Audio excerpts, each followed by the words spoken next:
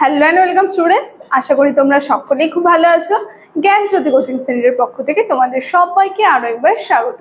তো আমি মীরা ম্যাম, আমি আজ তোমরা যারা বর্ধমান ইউনিভার্সিটি আন্ডারে পড়ছো, তোমাদের সেকেন্ড সেমে মাইনর বেঙ্গলি যে পেপার রয়েছে, তোমাদের সিলেবাস ভিত্তিক আজ যে টপিকটি নিয়ে আমি আলোচনা করব সেটা হচ্ছে, দেখবে তোমাদের সেই বাংলা সিলেবাসে বৈষ্ণব পদাবলী এবং সেখানে প্রধান প্রধান যে কবিরা রয়েছে তাদের সম্পর্কে আলোচনা, এই টপিকটা কিন্তু আছে।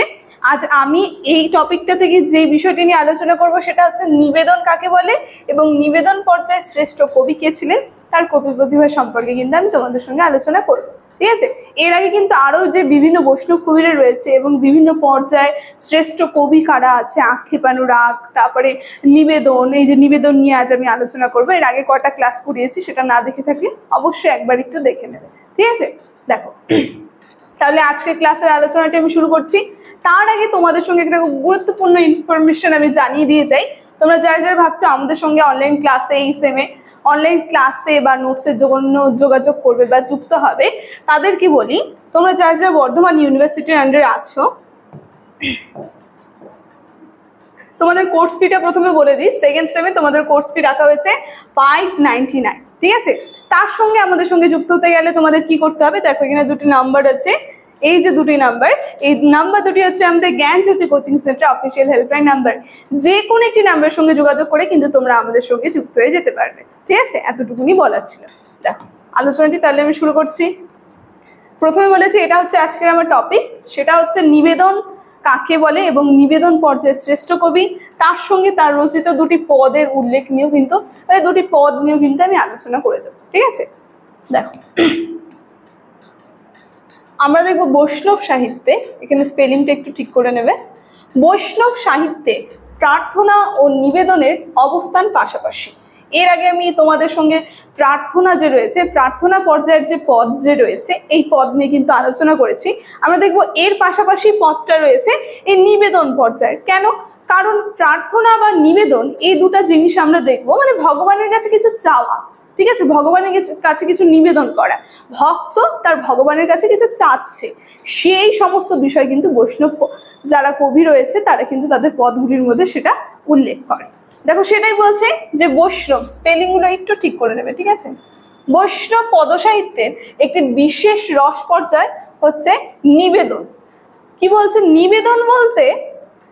এখানে রাধার আত্মনিবেদনকে বোঝানো হয়েছে। আমরা দেখবো এই যে এই পর্যায়ে নিবেদন, নিবেদন বলতে এখানে কি বোঝানো হয়েছে, রাধা যে রয়েছে মানে ভক্তরূপ, তিনি কি করছে, তিনি তার নিজের আত্মনিবেদন করে দিচ্ছে, সেই বিষয়টি কিন্তু এখানে বোঝানো হচ্ছে। কি বলছে? রাধা কৃষ্ণের, ঠিক আছে একটু স্পেলিং গুলো ঠিক করে নেবে, রাধা কৃষ্ণের চরণে নিজেকে নিবেদন করেছে। আমরা দেখবো রাধা শেষমেশ কি করছে, শ্রীকৃষ্ণের চরণে সম্পূর্ণ নিজেকে নিবেদন করে দিয়েছে এবং কি বলছে, অগ্র হিসেবে নিজেকে উপহার দিচ্ছে এবং ভক্ত ভগবানকে যেমন ফুল দিয়ে অগ্র দিয়ে নিবেদন করে, ভগবানের চরণে নিজেকে উৎসর্গ করে, রাধাও ঠিক তেমন ভাবে নিজেকে নিবেদন করছে, মানে নিজেকে উৎসর্গ করে দিচ্ছে সম্পূর্ণরূপে আর কি ভক্ত ভগবানের কাছে, তেমনি রাধা কৃষ্ণের কাছে কিন্তু সম্পূর্ণভাবে নিজেকে আত্মনিবেদন করে দিচ্ছে। ঠিক আছে, দেখো তারপর কি বলছে, তারপর বলছে যে অভিসারেও মিলন ঘটেনি, মাথুর পর্যায়ে এসে রাধা জেনে গেছে যে কৃষ্ণকে আর পাওয়া যাবে না। মানে বিভিন্ন পর্যায়ে যে রয়েছে, এর আগে আমি আলোচনা করেছি, অভিসারী পর্যায়ে রয়েছে, মাথুর পর্যায়ে যে রয়েছে, আক্ষেপানুরাগ পর্যায়ে যে রয়েছে, এগুলোর ক্ষেত্রে আমরা দেখবো রাধার সঙ্গে কৃষ্ণের কিন্তু মিলন ঘটেনি। তো শেষমেশ আমরা দেখবো সেখানে মাথুর পর্যায়ে এসেও রাধা জেনে গেছে যে কৃষ্ণের সঙ্গে তার আর মিলন হবে না বা কৃষ্ণকে সে আর পাবে না। কিন্তু আমরা দেখবো প্রেমিক হিসেবে না পেয়েও রাধা এখন ভক্ত হিসেবে পেতে চাইছে। মানে শেষমেশ প্রথমে, এর আগে আমি আলোচনা করেছি, প্রথমে রাধা ছিল প্রেমিক, সে শ্রীকৃষ্ণকে ভালোবাসতেন এবং পরে সে প্রেম সত্তা কোথায় চলে গিয়েছিল, ভক্ত সত্তায় কিন্তু চলে গিয়েছিল।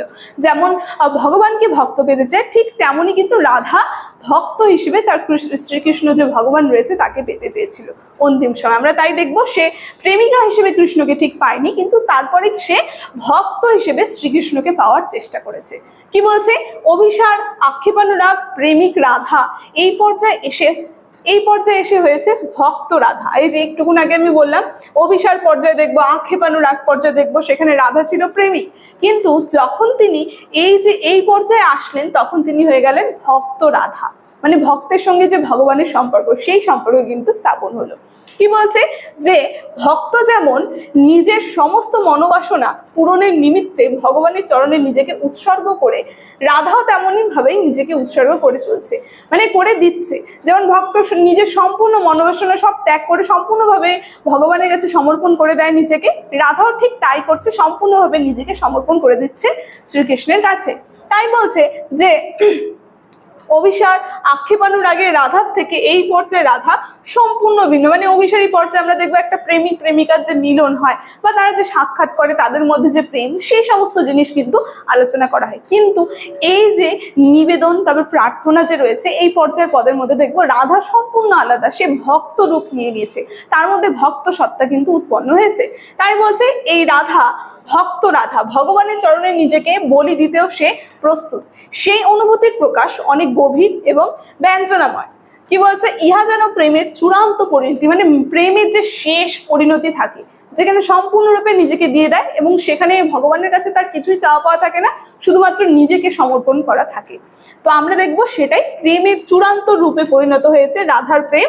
এবং রাধা প্রণয় পরীক্ষার একেবারে অন্তিম পর্যায়ে, আসলে বৈষ্ণব পদাবলিতে তো রাধার প্রতি মুহূর্তে পরীক্ষা দিতে হয়েছে। আমরা দেখবো বৈষ্ণব পদাবলীর মধ্যে রাধা প্রতি মুহূর্তে পরীক্ষা দিয়েছে, শ্রীকৃষ্ণকে ভালোবেসে তাকে প্রতি মুহূর্তে কিন্তু পরীক্ষা দিতে হয়েছে। তাই বলছে যে সেই পরীক্ষা সমাপ্তির পর রাধা প্রেমিকা থেকে হয়েছে ভক্ত, আর সেই পরীক্ষা সমাপ্ত যখন হয়েছে, সে প্রেমিকা থেকে ভক্ত রূপে কিন্তু পরিণত হয়েছে। আগে তাকে পরীক্ষা দিতে হয়েছে। দেখো তারপর বলছে নিবেদনের মধ্যে দিয়ে নিজের প্রেম সম্পূর্ণ করতে চেয়েছে রাধা। লাস্টের দিকে আমরা দেখবো সবের শেষে এই যে নিবেদনের পরে প্রার্থনা আসে। এই নিবেদন পর্যায়ে সম্পূর্ণরূপে রাধা নিজেকে সমর্পণ করে দিয়েছে এবং সম্পূর্ণরূপে নিজের প্রেম কিন্তু পূরণ করতে চেয়েছে। ঠিক আছে, নিজেকে নিবেদন করে। দেখো এই নিবেদন পর্যায়ের শ্রেষ্ঠ কবি, একটুক্ষণ আগে আমি বললাম শ্রেষ্ঠ কবি কে, এই নিবেদন পর্যায়ে সেই সম্পর্কে আমি বলে দিচ্ছি। এই নিবেদন পর্যায়ের শ্রেষ্ঠ কবি হচ্ছে কবি চণ্ডীদাস, এটা তোমরা মনে রাখবে। বিভিন্ন যে পর্যায়ে রয়েছে নিবেদন, আক্ষেপানু, রাগ পর্যায়, সব পর্যায়ে কিন্তু এক একটা শ্রেষ্ঠ কবিরা থাকে। তো এই নিবেদন পর্যায়ে শ্রেষ্ঠ কবি হচ্ছে কবি চণ্ডীদাস। এবং চণ্ডীদাসের নিবেদন পর্যায়ে যে রয়েছে, এই নিবেদন পর্যায়ের পদের কয়েকটা বলে দিয়েছে, কয়েকটা পদের নাম এখানে আমরা দেখবো। প্রথম একটা পদ রয়েছে নিবেদন পর্যায়ে, সেটা হচ্ছে বধূ কি আর বলিব আমি। তারপরে দ্বিতীয় রয়েছে বধূ তুমি যে আমার প্রাণ। এই দুটি কিন্তু আমরা দেখবো নিবেদন পর্যায়ের পদের মধ্যে পড়ে, কবি চণ্ডীদাসের লেখা। ঠিক আছে, দেখো এই যে এই ইনফরমেশন নিয়ে কিন্তু আমি ক্লাসের শুরুতে তোমাদের সঙ্গে আলোচনা করে দিয়েছি।